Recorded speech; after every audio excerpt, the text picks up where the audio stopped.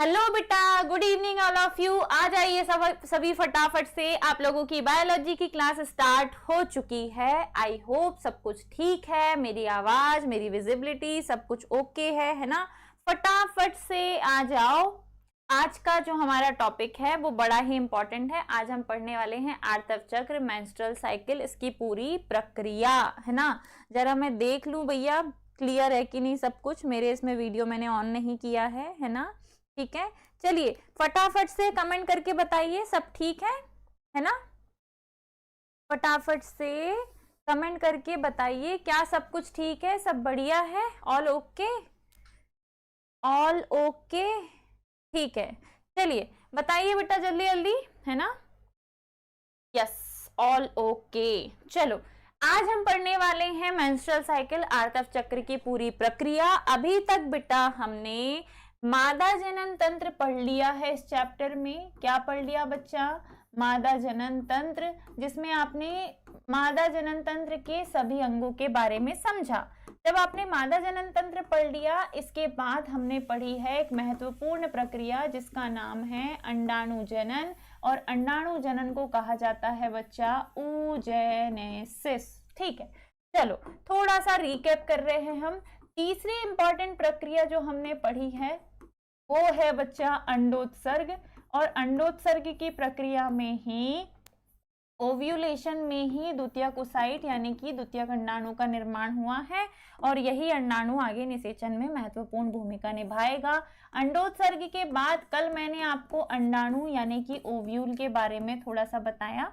अंडाणु यानी कि ओव्यूल के बारे में थोड़ा सा बताया, हमने इसका डायग्राम बनाया, हमने ग्राफी पुटक का भी डायग्राम बनाया। ये सब कुछ हमने कल तक पढ़ लिया। और आज हम इसी के अंतर्गत पढ़ने वाले हैं आर्तव चक्र, मेंस्ट्रुअल साइकिल, जिसमें हम कुछ हार्मोन्स का भी जिक्र करेंगे। ठीक है, कुछ हार्मोन्स का भी जिक्र करेंगे। तो जल्दी से फटाफट से कमेंट करके बताओ क्या आप लोगों को सब कुछ दिखाई दे रहा है, क्या क्लियर है, क्या मेरी आवाज सब कुछ ठीक है, ऑल ओके। जैसे मैं आगे बढ़ती हूँ, है ना, सब ठीक है सर ने बोल दिया। पता नहीं इसमें क्यों नहीं आ रहे हैं कमेंट्स, क्या दिक्कत हो गई, है ना। लैपटॉप में मेरे को कमेंट दिखाई नहीं दे रहे हैं। चलिए सबसे पहले आप समझिएगा कि जो अंडाणु जनन की प्रक्रिया है, इस अंडाणु जनन की प्रक्रिया में हार्मोन्स की क्या भूमिका है ना। तब जाके मैं आगे आपको क्या समझा पाऊंगी बेटा, तब जाके मैं आगे आपको ये समझा पाऊंगी कि आर्तव चक्र के दौरान कौन कौन से हार्मोन्स निकलते हैं और किसका क्या काम है। ठीक है, जब एक बच्ची किशोरावस्था में आई, when the girl is on age of puberty. ठीक है, किस उम्र में?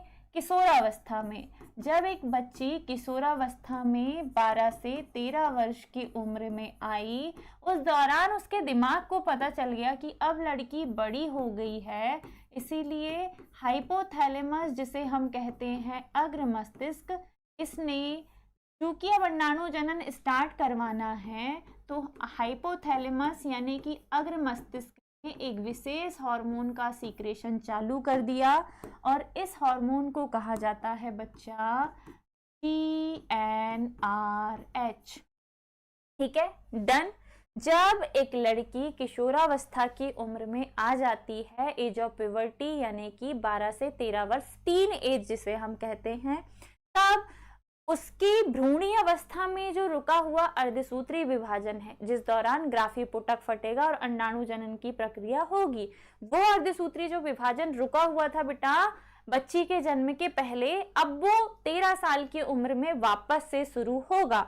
और इसे शुरू करने के लिए सबसे पहले हाइपोथैलेमस अग्र मस्तिष्क निकालता है GnRH। GnRH को कहा जाता है गोनेडोट्रोपिन। गोनेडोट्रोपिन रिलीजिंग हार्मोन, क्या कहते हैं बच्चा इसे? Gonadotropin releasing hormone. डन, ठीक है, हो गया। अब ये जो GnRH निकला है, ये पहुंचता है पीयूष ग्रंथि के पास। पीयूष ग्रंथि जो कि हमारे कान के पीछे है, हम इसे मास्टर ग्लैंड के नाम से जानते हैं। पिट्यूटरी ग्लैंड के नाम से जानते हैं। ये पिट्यूटरी ग्लैंड क्या करती है, ये निकालती है बच्चा दो प्रकार के हार्मोन। ये निकालती है दो प्रकार के हार्मोन। पहला है बेटा FSH और दूसरा है, पहला है FSH और दूसरा है LH। ठीक है, FSH को कहा जाता है follicular stimulating hormone, follicular stimulating hormone. और ये निकाल रहा है किसके द्वारा, पीयूष ग्रंथि के द्वारा। ये फॉलिकुलर स्टिमुलेटिंग हार्मोन मियाँ जो है ये पहुंचते हैं हमारी ओवरी, हमारे अंडाशय के पास, और अंडाशय से बोलते हैं कि लड़की अब टीन एज में आ गई है, आप तो एक काम करो, आप एक हार्मोन निकालो जो कि है एस्ट्रोजन। ठीक है, जो कि है एस्ट्रोजन। FSH एक्ट कर रहा है अंडाशय पर, और अंडाशय से निकल रहा है बच्चा इस एक विशेष प्रकार का हार्मोन जिसका नाम है एस्ट्रोजन, दैट इज एस्ट्रोजन। जो नर में, जो लड़कों में निकलता है वो एंड्रोजन है, जो फीमेल्स यानी कि मादाओं में निकलता है वो एंड्रोजन है, एस्ट्रोजन है, याद रखिएगा। ठीक है, वो कौन सा हार्मोन है बेटा, एस्ट्रोजन है, याद रखिएगा। तो क्या हुआ, तो हुआ ये कि FSH जो है, FSH निकल रहा है पीयूष ग्रंथि से, और FSH हार्मोन के प्रभाव से जो अंडाशय है वो निकाल रहा है एस्ट्रोजन हार्मोन। और एस्ट्रोजन हार्मोन का काम है गर्भाशय के अंतः स्तर का निर्माण करना, गर्भाशय के अंतः स्तर का निर्माण करना। ये चीज आप यहाँ समझ लीजिए ताकि आपको आगे समझने में दिक्कत ना हो। ठीक है, ये जो कहानी है हॉर्मोन्स की वो आप यहाँ समझ लीजिए ताकि आपको आगे समझने में दिक्कत ना हो। शुरुआत हुई है किशोरावस्था में हाइपोथैलेमस से निकलने वाले GnRH के प्रभाव से। ठीक है, हाइपोथैलेमस ने निकाला है बच्चा GnRH, जिसे कहा जाता है गोनेडोट्रोपिन रिलीजिंग हार्मोन, और इस हार्मोन का काम है हमारी पीयूष ग्रंथि को जगाना, उसे एहसास दिलाना कि लड़की अब 13 साल की उम्र में आ गई है। तो पिट्यूटरी ग्लैंड आपके एक काम कीजिए, आप निकालिए FSH और LH जैसे दो महत्वपूर्ण हार्मोन, और याद रखिएगा GnRH, FSH और LH ये गर्ल्स यानी कि लड़कियों में भी निकलते हैं और लड़कों में भी निकलते हैं। अब ये जो FSH है बेटा, जब ये निकलने लग गया तो ये पहुंचा हमारे अंडाशय के पास, और अंडाशय में भी किसके पास, अंडाशय के अंदर जो पुटक हैं ढेर सारे, जो फॉलिकल हैं उनके पास, और उनसे निकलवाता है ये एक विशेष प्रकार का हार्मोन। इस हार्मोन को कहा जाता है बच्चा एस्ट्रोजन। लड़कों में निकलता है एंड्रोजन, गर्ल्स में निकलता है एस्ट्रोजन, और यहाँ एस्ट्रोजन का काम है गर्भाशय के अंतः स्तर एंडोमेट्रियम का निर्माण करना। यहाँ आके एस्ट्रोजन की कहानी खत्म हो गई अभी के लिए, आगे फिर शुरू होगी। ठीक है, दूसरा जो हार्मोन निकल रहा है वो है बच्चा LH, और जो LH हार्मोन है इसे कहा जाता है ल्यूटिनाइजिंग हार्मोन। LH को कहा जाता है ल्यूटिनाइजिंग हार्मोन। ल्यूटिनाइजिंग हार्मोन का काम है कि ये पहुंचता है ग्राफीय पुटक के फटने के बाद बने कॉर्पस लुटियम के पास। कॉर्पस लुटियम कब बनता है बेटा, जब अंडाणु जनन होता है, तब जो ग्राफीय पुटक है, इस ग्राफीय पुटक के फटने से जो इसकी लेयर्स बची रह जाती हैं, इन लेयर्स से एक रचना बनती है, इसे कहा जाता है कॉर्पस लुटियम। ठीक है, जब ये फटेगा तो एक लेयर यहाँ बाकी रह जाएगी, इसे कहा जाएगा, जब ये अपने आप को चारों तरफ से घेर लेगी तो हम इसे कहेंगे बच्चा कॉर्पस लुटियम। और कॉर्पस लुटियम जो है ये एक विशेष प्रकार का हार्मोन निकालती है। इस हार्मोन का नाम है बच्चा प्रोजेस्टेरॉन। तो दो विशेष हार्मोन हैं जो जो आर्तव चक्र शुरू होने हैं उसके कुछ दिन पहले से निकलने चालू होंगे। कॉर्पस लुटियम निकालती है कौन सा हार्मोन बच्चा, प्रोजेस्टेरॉन।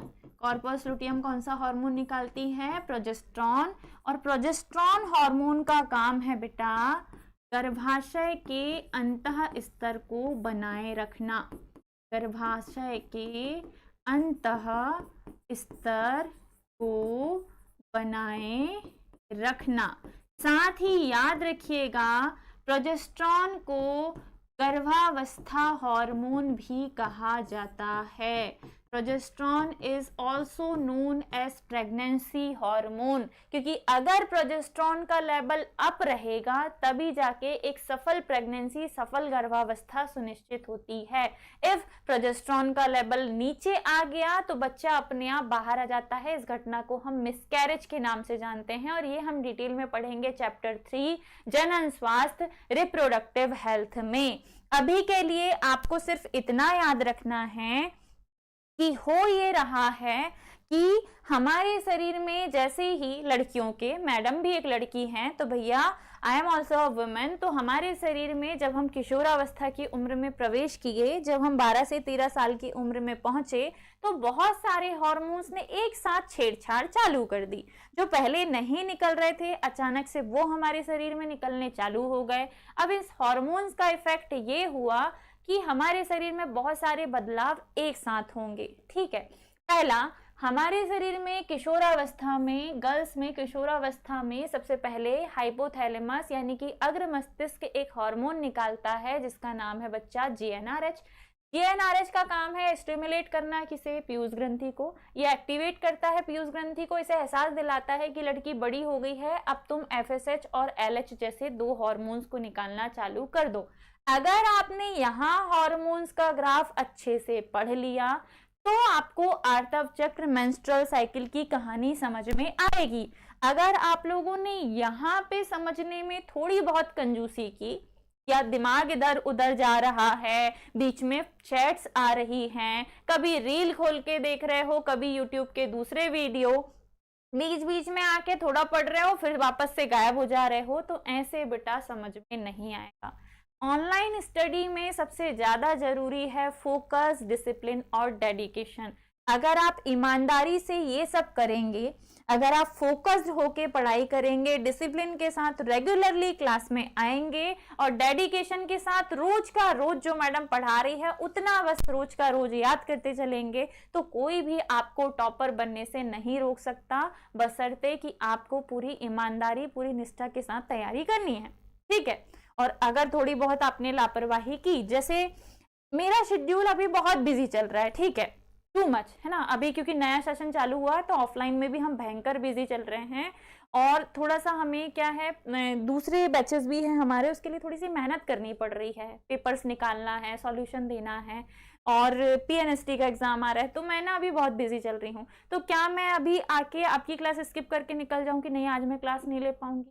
क्लास सिर्फ तब नहीं होती जब वास्तव में इमरजेंसी होती है या पावर कट या मौसम खराब होता है जिससे कि डिवाइसेस को नुकसान होने का डर होता है, कड़क होती है, बिजली चमक रही है, तभी कुछ होता है। अदरवाइज हम रेगुलर क्लास लेते हैं बेटा, रोज जो शेड्यूल है टाइम पे आके हम आपकी क्लास ले रहे हैं।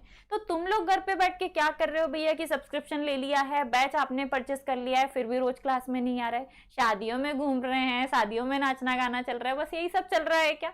हाँ, पढ़ाई लिखाई नहीं करनी क्या?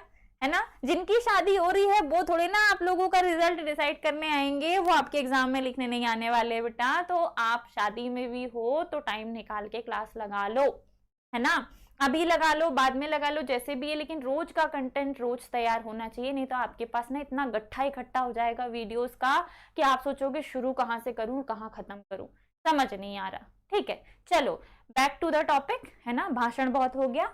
हम पढ़ रहे थे अंडाणु जनन की प्रक्रिया में हार्मोन्स की क्या भूमिका है, क्या है, कौन से हार्मोन है जो इस प्रक्रिया को नियंत्रित करते हैं। सबसे पहले मैंने आपको बताया हाइपोथैलेमस जीएनआरएच रिलीज करके पीयूष ग्रंथि को जागृत करता है कि पीयूष ग्रंथि निकाले एफएसएच और एलएच, इनके फुल फॉर्म मैंने लिख दिए हैं। एफएसएच जो हार्मोन है वो काम करता है हमारे अंडाशय पर, और अंडाशय में भी किस पर? अंडाशय के अंदर जो ढेर सारे पुटक के साथ हम जन्मे ना, 50-60 हजार पुटक, उन पुटक पर, और उन पुटक से बोलता है कि भैया तुम निकालो एस्ट्रोजन हार्मोन, ताकि ये एस्ट्रोजन हार्मोन गर्भाशय के अंतः स्तर को बनाना चालू कर दे। गर्भाशय का अंतः स्तर बनना चालू हो गया। साथ ही दूसरी भी चीजें होती हैं, साथ में अंडाणु का निर्माण भी चलता है, और जब अंडाणु का निर्माण होता है तो उसी समय ग्राफी पुटक के फटने से बनता है कॉर्पस लुटियम। कॉर्पस लुटियम के पास जाता है LH। कॉर्पस लुटियम को बनाने वाला भी LH ही है, क्योंकि LH जब पीक पे रहेगा तभी ग्राफीय पुटक फटेगा और तभी अंडाणु बाहर आएगा। इस घटना को हम LH सर्ज कहेंगे। ये मैं अभी आपको आगे पढ़ाऊंगी, ठीक है, ये हम थोड़ी देर बाद पढ़ेंगे। लेकिन अभी के लिए इतना याद रखिए कि LH पहुंचा है कॉर्पस लुटियम के पास, और कॉर्पस लुटियम को बोला है कि मैडम आप निकालिए प्रोजेस्टेरॉन हार्मोन, ताकि प्रोजेस्टेरॉन हार्मोन जो है वो एक सफल प्रेगनेंसी को बना सके। प्रोजेस्टेरॉन निकलेगा तो जो एस्ट्रोजन ने एंडोमेट्रियम अंतः स्तर का निर्माण किया है, ये अंतः स्तर बना रहेगा बेटा, ये अंतः स्तर बना रहेगा। इस एंडोमेट्रियम को बनाने वाला जो है बच्चा वो है प्रोजेस्टेरॉन हार्मोन, इसीलिए प्रोजेस्टेरॉन को प्रेगनेंसी हार्मोन, गर्भावस्था हार्मोन भी कहा जाता है। क्या ये क्लियर है? ये आपको पूरा बनाना है जो मैडम ने यहाँ बनाया, एज इट इज ऐसे ही बनाना, बस ये बाजू में ना लिख के नीचे ही लिख लेना, आपका हार्मोन्स वाला टॉपिक हो जाएगा तैयार। और अगर ये तैयार हो गया है तो अब हम बढ़ते हैं आगे। अब हमें वास्तव में पढ़ना है आर्तव चक्र या मेंस्ट्रुअल साइकिल क्या है, ठीक है। तो चलिए शुरू करते हैं आर्तव चक्र की कहानी। आर्तव चक्र आज ये मैंने ऑफलाइन में भी पढ़ाया था ना, और देखो ऑनलाइन में भी सेम कंटेंट आ गया। मेंस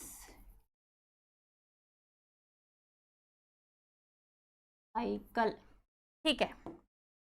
चलिए पहले हम बढ़िया से लाइन खींचेंगे, और ये लाइन थोड़ी सी मोटी रहेगी, और लाइन का कलर हम येलो।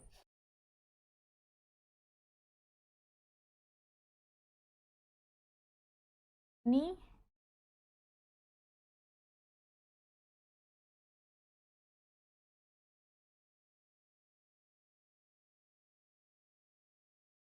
इतनी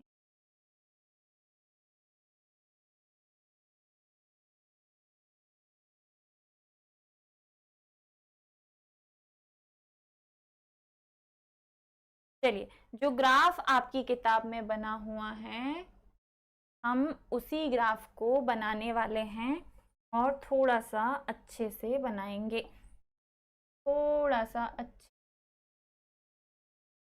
मैडम की उंगली ना बिल्कुल सीधी सीधी नहीं चलती है, क्या ये सीधी है?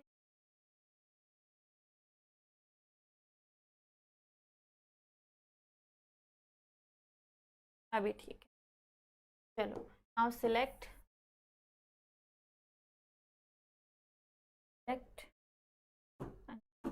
ठीक है। हम पढ़ रहे हैं आर्तव चक्र मेंस्ट्रुअल साइकिल के बारे में। ध्यान से देख के प्यार से समझना है ना, और गायब मत होना जब तक ये समझ में ना आए। अच्छों को बेटा ये प्रक्रिया समझ में नहीं आती, फिर आप लोग एग्जाम में गलती करके आते हो। आगे मैं थोड़ी बहुत थ्योरी में लिखवाऊंगी तुम्हें, पर पहले इसे ग्राफ से समझिए, ठीक है। जब एक लड़की किशोरावस्था में पहुंची, when the girl in coming into the age of puberty, है ना, जब एक लड़की किशोरावस्था में पहुंची तो उस प्यूबर्टी की एज में, किशोरावस्था की उम्र में, 12 से 13 साल की उम्र में उसके शरीर में बहुत सारे बदलाव स्टार्ट हुए, और बदलाव का कारण है ये हार्मोन्स जो हमने यहाँ पढ़े हैं, ठीक है। इन सबको हम वापस आर्तव चक्र में पढ़ने वाले हैं। अब इस हार्मोन्स का प्रभाव ये हुआ कि लड़की के जीवन में वो जो रुका हुआ अर्धसूत्री विभाजन है ना, वो वापस से शुरू होगा, और जब वो विभाजन शुरू होगा तो हम इसे डेज के अकॉर्डिंग बनाएंगे। 2, 4, 6, 8, 10, 12,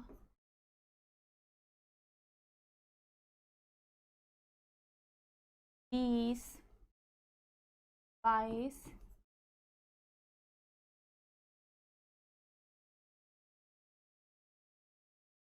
ठीक है, डन।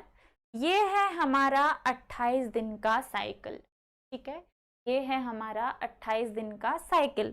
अब पहली बार जब हमारे शरीर में मेंस्ट्रुअल साइकिल का आगमन होने वाला है, फर्स्ट टाइम जीवन में पहली बार जब मेंस्ट्रुअल साइकिल आएगा उसके पहले हमारे शरीर के अंदर बहुत सारे बदलाव होते हैं।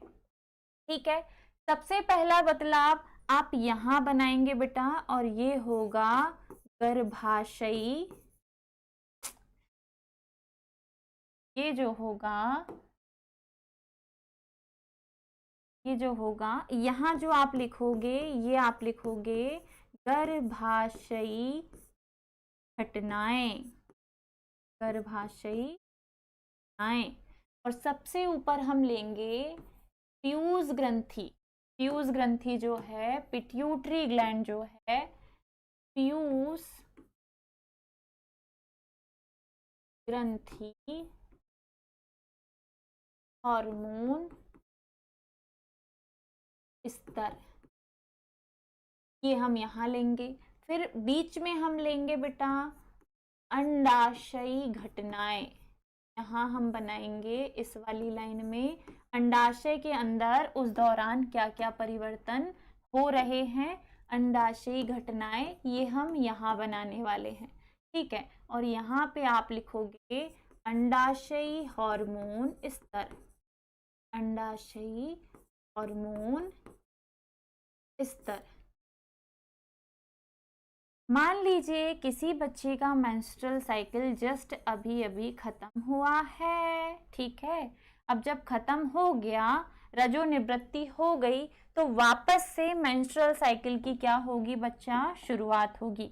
वापस से मेंस्ट्रुअल साइकिल की क्या होगी, शुरुआत होगी। ठीक है, तो इस साइकिल को आप ये कहोगे कि हमारे शरीर में शुरुआत जब मेंस्ट्रुअल साइकिल खत्म हुआ था, तब से लेकर वापस मेंस्ट्रुअल साइकिल जब आएगा, तब तक का जो बीच का चक्र है, जब तब तक के जो बीच के दिन होते हैं, शुरुआती 28 दिन, उन्हें कहा जाता है आर्तव चक्र। ये एक पीरियड है बेटा कि इतने दिनों तक हमारे शरीर में बहुत सारे बदलाव होंगे, और उन बदलावों का असर आपको 28 दिन के बाद पता चलेगा, और 28 दिन के बाद जो शुरू होगा चक्र, उसे कहा जाएगा मेंस्ट्रुअल साइकिल। जीवन में पहली बार जब आता है आर्तव चक्र, ठीक है, जीवन में पहली बार जब आर्तव चक्र आते हैं, आर्तव चक्र, आर्तव चक्र, जीवन में पहली बार जब रजो दर्शन होता है, रजो दर्शन का मतलब है पहली बार मासिक धर्म का आना, पहली बार मासिक धर्म, इसे हम कहते हैं रजो दर्शन, और इसे कहा जाता है बच्चा मैनार्क। ठीक है, और ये आएगा कब, 12 से 13 वर्ष की उम्र में। ठीक है, दूसरा, जीवन में आखिरी बार, ऐसे नहीं लिखते हम, जीवन में आखिरी बार जब मेंस्ट्रुअल साइकिल आएगा तो उसे कहा जाएगा रजो निवृत्ति, रजो निवृत्ति। आखिरी बार, अंतिम बार मासिक धर्म का आना, इसे कहा जाता है रजो निवृत्ति, इसे इंग्लिश में कहा जाता है मेनोपॉज।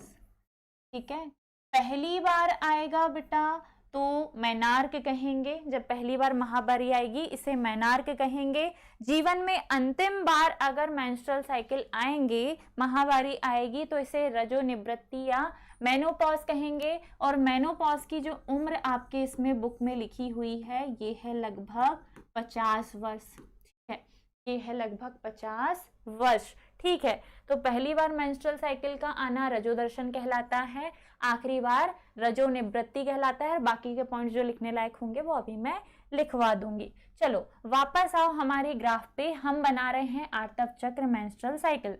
शुरुआत हुई है 13 साल की उम्र में, और 13 साल की उम्र में सबसे पहले पीयूष ग्रंथि जो है इसने निकालना चालू किया है एक विशेष हार्मोन, जिसका नाम है बच्चा FSH।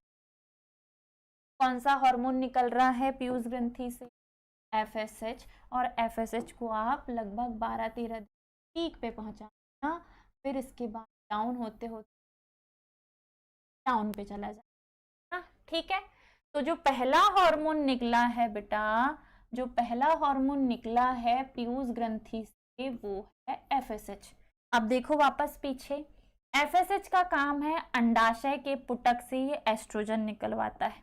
ठीक है, तो अंडाशय से जो एफएसएच है वो एक विशेष प्रकार का हार्मोन निकलवाएगा। इस हार्मोन को कहा जाता है एस्ट्रोजन। और एस्ट्रोजन का काम है गर्भाशय के अंतः स्तर का निर्माण करना। एस्ट्रोजन का काम है गर्भाशय के का निर्माण करना। तो दो घटनाएं एक साथ हो रही हैं। पहला हो रहा है कि पीयूष ग्रंथि से निकल रहा है एफएसएच, दूसरा अंडाशय से निकल रहा है एस्ट्रोजन। एस्ट्रोजन के कारण हो ये रहा है कि जो गर्भाशय का अंतः स्तर रजो मतलब पहली बार मेंस्ट्रुअल साइकिल आया, ये ब्लड के रूप में बाहर हो गया। अब एस्ट्रोजन का काम है वापस से गर्भाशय के अंतः स्तर को बनाना। एस्ट्रोजन का काम है वापस से गर्भाशय के अंतः स्तर का निर्माण करना। ठीक है, वापस से गर्भाशय का अंतः स्तर बनाने वाला कौन है? एस्ट्रोजन। और ये बनाते चलेगा, एक कंडीशन ये आएगी कि ये पूरी तरह बना के कंप्लीट कर देगा गर्भाशय के अंतः स्तर को। I hope so red colour visible है। वो रेड कलर से बनाने का रीजन ये है कि हमारे गर्भाशय का जो अंतः स्तर है वो रक्त कोशिकाओं का बना होता है। ठीक है, रक्त कोशिकाओं का बना होता है। यहाँ से ये ब्लड के रूप में बाहर हो गया था पहली बार, यहाँ पे रजोदर्शन हो गया था। अब जो बाकी के दिन का साइकिल है उस दौरान गर्भाशय के अंतः स्तर, गर्भाशय के एंडोमेट्रियम का क्या होता है बेटा? निर्माण होता है। ठीक है, डन, निर्माण होता है। ये बन गया हमारे गर्भाशय का अंतः स्तर सटीक तरीके से। ठीक है, अब 3 घटनाएं हुई हैं। पहला, पीयूष ग्रंथि ने एफएसएच निकाला। दूसरा, एफएसएच के कारण अंडाशय से जो पुटक है अंडाशय के अंदर ढेर सारे 50-60 हजार, उनसे निकला एस्ट्रोजन। एस्ट्रोजन के कारण गर्भाशय के अंतः स्तर का निर्माण चालू हो गया। अंतः स्तर बन क्यों रहा है? ताकि अगर प्रेगनेंसी हो तो जो भ्रूण है वो अंतः स्तर में आके धस जाए। ये आपको निषेचन में समझ में आएगा। कहाँ? ये आपको बेटा निषेचन में समझ आएगा। अब आप ये देखो, इसी दौरान अंडाशय के अंदर बहुत सारी घटनाएं बेटा एक साथ चलती हैं। सबसे पहले अंडाशय के अंदर का जो प्राथमिक पुटक है, प्राथमिक पुटक जिसके ऊपर केवल एक लेयर थी, ये प्राथमिक पुटक क्या करता है? धीरे धीरे वृद्धि करके द्वितीयक पुटक बना लेगा। प्राथमिक पुटक धीरे धीरे वृद्धि करके क्या बना लेगा? द्वितीयक पुटक बना लेगा तृतीयक पुटक बना लेगा ग्राफीय पुटक। ठीक है, तृतीयक पुटक बना लेगा ग्राफीय पुटक। और लगभग 14वें दिन क्या होगा? ये 14वें दिन रहा लगभग। ठीक है, चलो 14वें दिन को हम ऐसे ही दिखाएंगे। चलो, लगभग 14वें दिन क्या होगा वो मैं आपको अभी बताती हूँ कि प्राथमिक पुटक द्वितीयक बन गया तृतीयक बन गया ग्राफीय पुटक। अब ये होगा कब? तो थोड़ा सा इसे और इनहेंस है। प्राथमिक पुटक द्वितीयक पुटक कब बनता है? जब प्राथमिक पुटक के ऊपर एक और लेयर आ जाए जिसे हम कहते हैं थीका। तब जो प्राथमिक पुटक है बेटा वो बन जाता है द्वितीयक पुटक। ठीक है, द्वितीयक पुटक तृतीयक पुटक कब बनता है?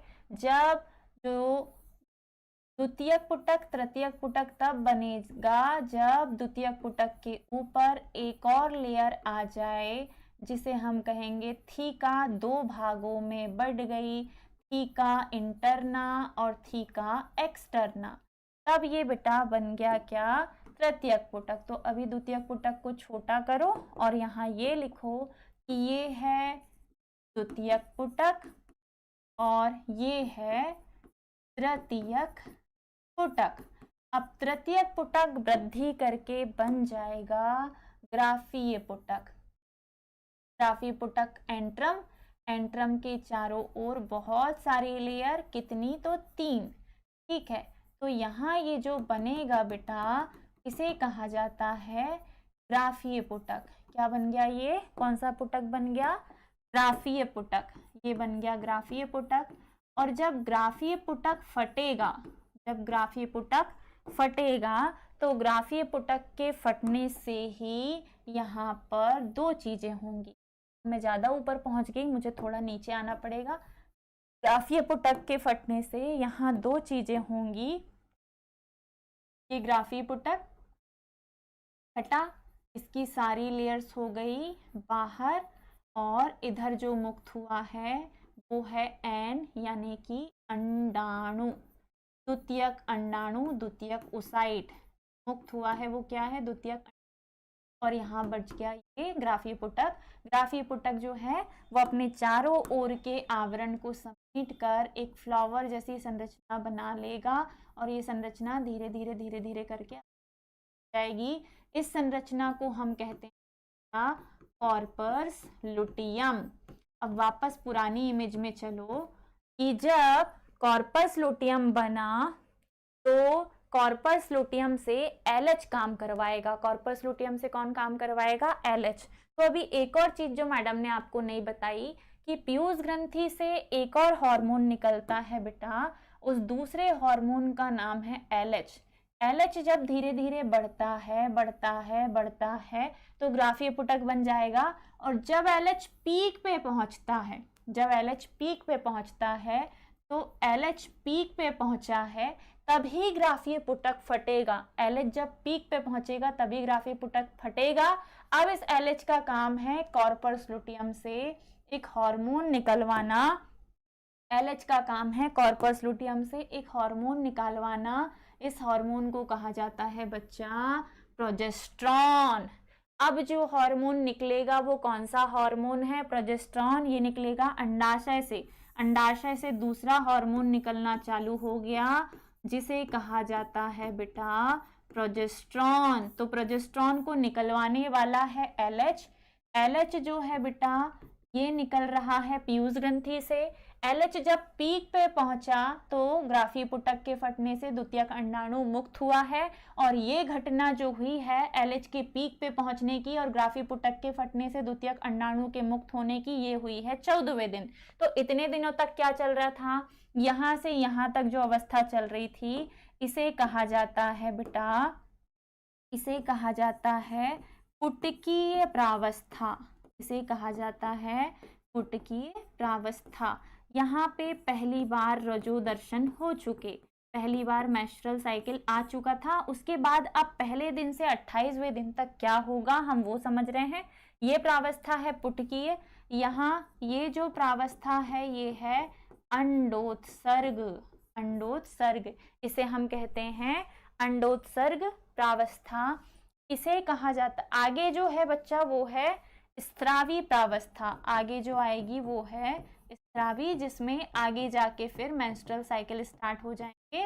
मेंस्ट्रुअल साइकिल जब स्टार्ट होंगे तो हम उसे कहेंगे आर्तव चक्र साइकिल। ठीक है, अभी के लिए ये देखो कि यहाँ पर 28 29 थोड़ा सा और नजदीक करेंगे और बोलेंगे कि 26 7 28 और ये 29।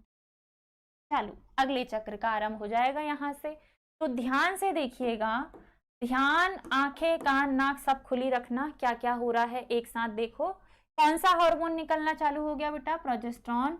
प्रोजेस्टेरॉन निकलना चालू हुआ है, ये पीक पे पहुंचा है ताकि गर्भाशय के अंतः स्तर को ये बनाए रख सके। ठीक है, ये पीक पे पहुंचा है ताकि गर्भाशय के अंतः स्तर को ये रख सके। ठीक है, डन। तो क्या होगा कि प्रोजेस्टेरॉन निकलकर और एकदम से पीक पे पहुंचे। ठीक है, एकदम से पीक पे पहुंचेगा ताकि गर्भाशय का अंतः स्तर बना रहे। लेकिन इसी दौरान जो अंडाणु मुक्त हुआ है वो फैलोपियन ट्यूब से होते हुए गर्भाशय तक आ जाएगा। 14वें दिन का मुक्त हुआ है। अब धीरे धीरे करके अंडाणु जो है अपने चारों ओर के आवरण को हटाकर आगे बढ़ते बढ़ते बढ़ते बढ़ते कहाँ पहुंच जाएगा बेटा? ये अंडाणु ये अंडाणु पहुंच जाएगा गर्भाशय तक, और गर्भाशय में जब ये अंडाणु पहुंच जाएगा तो प्रोजेस्टेरॉन और एस्ट्रोजन दोनों ही हार्मोन एकदम से डाउन पे आएंगे। प्रोजेस्टेरॉन और एस्ट्रोजन दोनों ही हार्मोन एकदम से डाउन होंगे, डाउन मतलब नीचे आ जाएंगे। और जैसे ही प्रोजेस्टेरॉन एस्ट्रोजन नीचे आएंगे बेटा, ये जो गर्भाशय का अंतः स्तर इतने दिन से बना हुआ था, ये धीरे धीरे धीरे धीरे करके टूट टूट कर बाहर आना स्टार्ट हो जाएगा। इस प्रक्रिया को हम कहेंगे अगला चक्र, मेंस्ट्रुअल साइकिल की क्या हो गई है शुरुआत। तो फर्स्ट डे से लेके 28 दिन तक ये सारी प्रक्रिया यहाँ एक साथ होती है। इन सारी प्रक्रियाओं में होता ये है कि एक साथ बहुत सारी एक्टिविटी हो रही है बेटा, एक साथ जो है बहुत सारी एक्टिविटी हो रही है। क्या क्या हो रहा है तो देखो, क्या क्या हो रहा है तो देखो क्या हुआ। तो सबसे पहले जो क्या बोलते से वो है क्या, पीयूष ग्रंथि। पीयूष ग्रंथि दो विशेष प्रकार के हार्मोन निकाल रही है, एफएसएच और एलएच।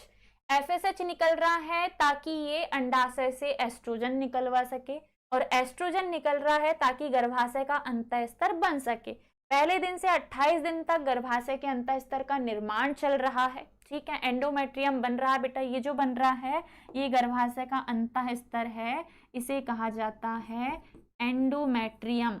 ये जो बन रहा है ये जो है वो है एंडोमेट्रियम, जो कि रक्त कोशिकाओं से बन रहा है, ठीक है। तो एस्ट्रोजन के कारण गर्भाशय के अंतः स्तर का निर्माण हो रहा है, ठीक है। दूसरा क्या हुआ, अब साथ में जो अंडाशय के अंदर पुटक हैं, उसमें से कोई एक पुटक वृद्धि करेगा, प्राथमिक से द्वितीयक, द्वितीयक से तृतीयक, तृतीयक से ग्राफीय पुटक बनाएगा। लगभग 13 दिन की अवधि पूर्ण हो जाएगी और लगभग 14वें दिन ग्राफीय पुटक फटेगा, जब एलएच एकदम से पीक पे पहुंचेगा। एलएच हार्मोन जो है पुटक बनाने का काम कर रहा था। अब जब ये पीक पे पहुंचा तो सारे पुटक जो है वो फटा, और जैसे ही पुटक फटा तो अंडाणु मुक्त हुआ है, इसे हम कहते हैं द्वितीयक अंडाणु। इस द्वितीयक अंडाणु जो द्वितीयक अंडाणु है वो अंडाशय से मुक्त होगा। अंडाशय से इसके बाहर आने की प्रक्रिया को हम कहेंगे अंडोत्सर्ग। क्या कहेंगे बच्चा, अंडोत्सर्ग। तो अंडोत्सर्ग कौन से दिन हुआ है पूछे तो आप बोलोगे 14वें दिन। अंडोत्सर्ग की प्रक्रिया किस दिन हुई है अगर ये पूछे तो आप बोलोगे 14वें दिन। लगभग माहवारी मेंस्ट्रुअल साइकिल की जो आर्तव चक्र की जो अवधि है वो है 28 दिन। 28 दिन के चक्र में 3 से 4 दिन मेंस्ट्रुअल साइकिल यानी कि माहवारी आती है, ठीक है। बाकी दिनों में क्या होता है, तो बाकी दिनों में ये सब होता है बेटा। 14वें दिन में अंडोत्सर्ग होगा, वो अंडा धीरे धीरे करके फैलोपियन ट्यूब से आगे पहुंचेगा गर्भाशय तक, टाइम लग जाएगा, है ना। लगभग 28 दिनों में ये जो गर्भाशय का अंतः स्तर है वो बना रहेगा, और जैसे ही गर्भाशय को पता चलेगा कि अंडाणु आया है भैया, भ्रूण नहीं आया, मतलब प्रेगनेंसी नहीं हुई है, तो तुरंत प्रोजेस्टेरॉन एस्ट्रोजन जो है वो पीक से एकदम से डाउन पहुंचेंगे। और जैसे ही प्रोजेस्टेरॉन और एस्ट्रोजन का स्तर गिरेगा, जो अंडाणु है वो गर्भाशय के अंतः स्तर को धीरे धीरे धीरे धीरे तोड़ कर बाहर आ जाएगा गर्भाशय से योनि मार्ग के द्वारा। इस प्रक्रिया को हम कहेंगे आर्तव चक्र या मेंस्ट्रुअल साइकिल। अब अगर कोई डाउट हो तो आप पूछ सकते हैं, अदरवाइज मेरा टॉपिक तो हो गया खत्म। आपको 2 से 3 बार इसका रिवीजन करना है ना, 2 से 3 बार इसका रिवीजन करना है। ये जो हमने बनाए हैं बेटा ये डे चार्ट है, ये दिवस है, ठीक है, कि किस दिन क्या हो रहा है, किस दिन क्या हो रहा है। आपको ये पूरा साइकिल बढ़िया से बनाना है, जितने अच्छे से जितने अट्रैक्टिव तरीके से बनाओगे उतना अच्छा। आपकी बुक में पेज नंबर 37 में दिया हुआ है, आप चाहें तो वहां से भी बढ़िया तरीके से पढ़ सकते हैं। आर्तव चक्र के दौरान लड़कियों को जितनी ज़्यादा हो सके उतनी स्वच्छता, उतनी ज़्यादा सफाई रखनी चाहिए, अदरवाइज क्या बोलते से रिएक्शन होने के या इन्फेक्शन होने के चांसेस बढ़ जाते हैं, ठीक है। आपकी बुक में इस रिलेटेड एक बहुत प्यारा आर्टिकल दिया है बेटा। अगर if you have a girl child, अगर आप एक बच्ची हैं, अगर आप एक लड़की हैं जो मेरे से पढ़ रही हैं, अभी लड़कों को भी ध्यान रखना है, अपनी बहनों का, अपनी मम्मियों का, लेकिन अगर लड़कियां मेरे से जुड़ी हुई हैं और वो पढ़ रही हैं तो उन्हें मेरी स्पेशल सलाह ये है कि जितना हो सके उतना कंफर्टेबल माहौल रखें, उस दौरान जितनी हो सके सफाई रखें। स्टमक पेन होता है तो हो सके तो वाटर वैक्स से सिकाई करें, और हो सके तो बेटा पिल्स को, गोलियों को अवॉइड करें। दर्द में चूंकि इतने सारे हार्मोन्स हमारे शरीर में एक साथ अप एंड डाउन होते हैं और अचानक से गर्भाशय का अंतःस्तर जो बना था रक्त कोशिकाओं, ये टूट टूट कर बाहर आता है, तो थोड़ी तकलीफ तो होगी, थोड़ा दर्द तो होगा। और इस दर्द को बर्दाश्त करने की पावर ऊपर वाले ने सिर्फ हम लड़कियों को ही दिया है ना। लड़कों को एक आध बार तुम मेंस्ट्रुअल साइकिल वाली सीट पे बिठा के देख लो, आजकल तो बन चुकी है ना, वो एकदम कांपने लग जाते हैं, इतनी तकलीफ होती है, भयंकर दर्द होता है। और ये दर्द सिर्फ हम लड़कियां ही समझ सकती है। बोलना मैडम ये कहानी ऐसी है हमारे जीवन में जिसको हम चाहते हैं कि हम हटा दें, लेकिन हटा नहीं पा रहे, है ना। 28 दिन नॉर्मल जीवन चलेगा, फिर 3-4 दिन तकलीफ होगी, तकलीफ के साथ स्कूल नहीं जाना है, इतनी सारी दिक्कतें होती हैं कि हम पढ़ाई से भी दूर हो जाते हैं।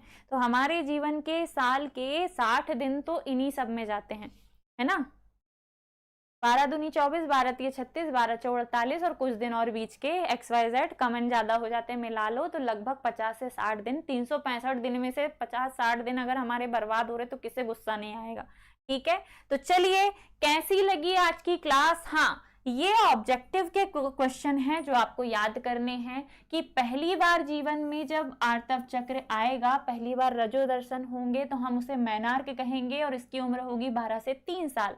दूसरी बार जब जीवन में मेंस्ट्रुअल साइकिल हमेशा के लिए परमानेंटली खत्म हो जाएगा तो ये होगा 50 वर्ष की उम्र में और इसे कहा जाएगा मेनोपॉज, रजो निवृत्ति या मेनोपॉज। और ये पूरी प्रक्रिया पूरी तरीके से हार्मोन्स पे निर्भर करती है बेटा। और इतने सारे हार्मोन्स हैं जो हमारे आर्तव चक्र और हमारे शरीर में अंडाणु जनन की प्रक्रिया को नियंत्रित करते हैं। तो आपके दिमाग में ये क्वेश्चन उठ रहा होगा कि मैडम क्या इतने ही हार्मोन हैं जो हमारे शरीर में हमारे पूरे जनन तंत्र को नियंत्रित करते हैं? तो नहीं। जीवन में जब भी हम माँ बनेंगे, जीवन में जब भी हम एक नई पीढ़ी को जन्म देंगे, एक बच्चे को जन्म देंगे, उस दौरान और भी अलग अलग हार्मोन्स हैं जो निकलेंगे। आपको पढ़ने को मिलेगा बच्चा ऑक्सीटोसिन, रिलैक्सिन, HPL, क्या बोलते से लैक्टोजन, प्रोजेस्टेरॉन, एस्ट्रोजन तो निकल ही रहा है, HPL, HCL, मतलब HCL नहीं, एक्चुअली और भी हार्मोन है अपरा से जो निकलते हैं, है ना।